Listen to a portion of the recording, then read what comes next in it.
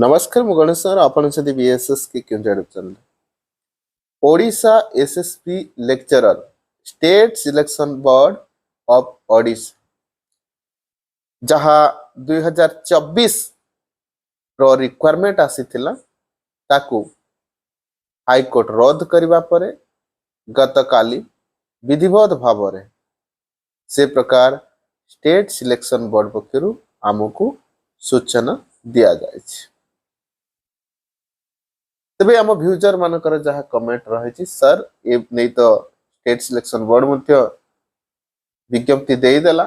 सूचना देदेला कि जहाँकि क्वास रद्द करेगला बोली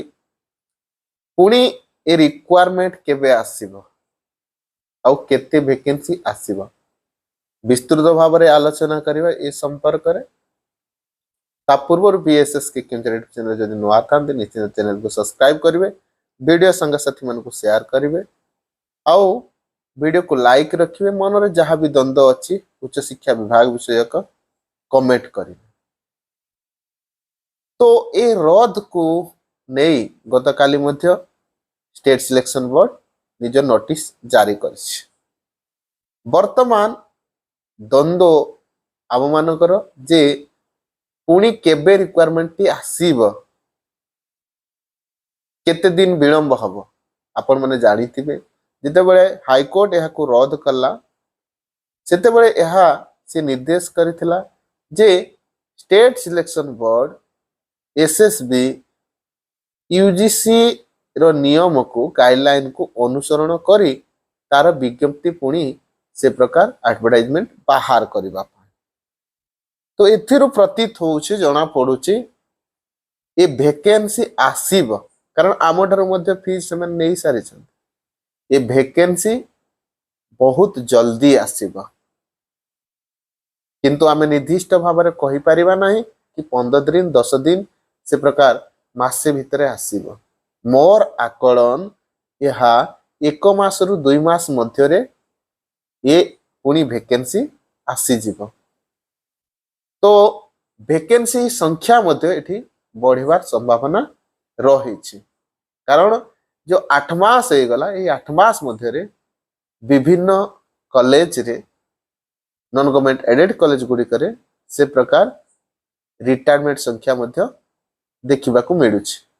एणु ये जेति की पोस्ट आसीतला आउ किछि अल्प किछि मध्य संख्या रे बढ़िबारे जणा पड़ुछि अनुमान करा जायछि। मु आउ थरे कहि दउछि जे बेसी विलंब हबो नाही 1 मास रु 2 मास मध्य रे ए वैकेंसी पुणी आसी जीवा आउ तरबरिया भाव रे स्टेट सिलेक्शन बोर्ड विज्ञप्ति जारी करिवो नाही कारण जहाँ भी गाइडलाइन रे रहिछि हम यूजीसी रो ताकू टेक्निक भाव रे एसएसबी पालन करिवो ठीक अछि एणु आपण माने से प्रकार अपेक्षा करंतु प्रस्तुति जारी रखंतु आउ जो माने से प्रकार पीजी रो अपेक्षा करितले हमें अनुमान करूचे जे नेट जदि रखे पीएचडी रखे केवल नेट और पीएचडी कुहे तबे बहुत सारे पिला वंचित हो जबे एणु डिसेंबर सेशन रो नेट मध्य आवेदन पत्र आसी गलानी आपण माने ऑनलाइन माध्यम रे आवेदन करंतु प्रस्तुति करी नेट किपरि क्लियर करिवे ताकू दृष्टि दियंतु।